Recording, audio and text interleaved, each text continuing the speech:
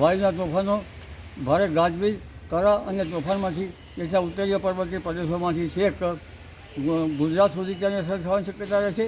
તારીખ 1, 2 અને 3 માર્ચમાં આ પશ્ચિમી વિક્ષોભની અસર છેક ગુજરાત સુધી આવવાની શક્યતા રહેશે.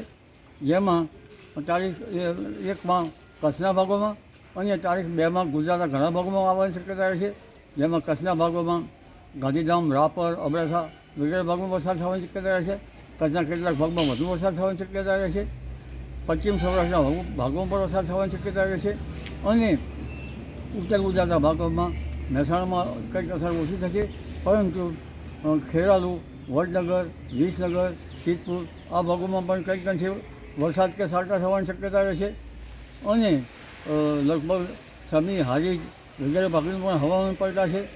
કડી, કલોલનું પણ હવામાન પલટાશે. અમદાવાદ અને ગાંધીનગરનું પણ હવામાન પલટાશે.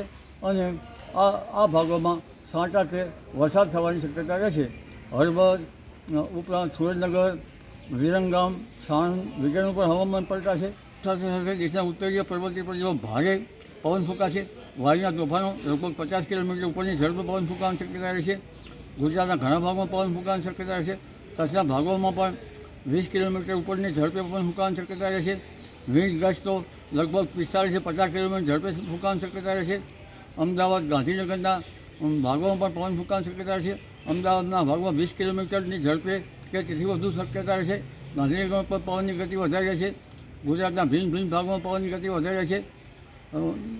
ઉત્તર ગુજરાતમાં લગભગ ઈડર, સાબરકાંઠા તે ભાગમાં પણ પવનની ગતિ રહેશે.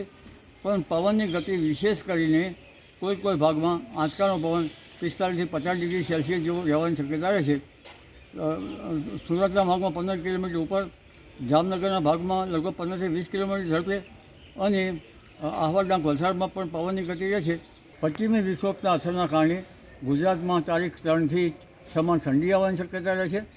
જેમાં રાત્રિના ભાગોમાં ઉત્તર ગુજરાતના ભાગોમાં, બનાસકાંઠાના ભાગોમાં, અંબાજીના ભાગોમાં તેમજ રાધનપુર, સાંતરપુર, તખતગઢ, ઇસ્માઇલગઢ વગેરે ભાગોમાં ઠંડીની અસરો વિશેષ રહેશે. અને આ ભાગોમાં રાતનું ન્યૂનતમ તાપમાન 7 ડિગ્રી સેલ્સિયસથી નીચું જવાની શક્યતા રહેશે. આ ઉપરાંત લગભગ ધંધુકા, ધોળકા, અમદાવાદ, ગાંધીનગરમાં પણ રાતના ભાગમાં ઠંડી વધારે છે. અને મધ્ય ગુજરાતના ભાગોમાં ઠંડીની અસર વધારે છે. આહવાના વલસાડમાં પણ ઠંડીની અસર કંઈક રહેશે. સુરતના ભાગોમાં પણ ઠંડીની અસર રહેશે.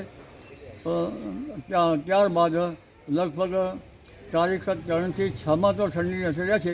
પણ દિવસના ભાગમાં મધ્ય ગુજરાતના ભાગોમાં મહત્તમ ઉષ્ણતામાન 13-14 ડિગ્રી સેલ્સિયસ જેવું રહેવાની શક્યતા રહેશે.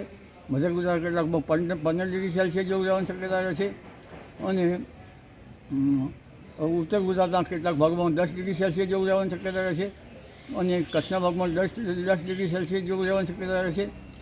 એટલે આ ઉષ્ણતામાન છે એ લગભગ 3 થી 6 અને છેક શિવરાત્રિમાં પણ ઠંડા પવનો ફૂંકાઈ શકવાની શક્યતા રહેશે.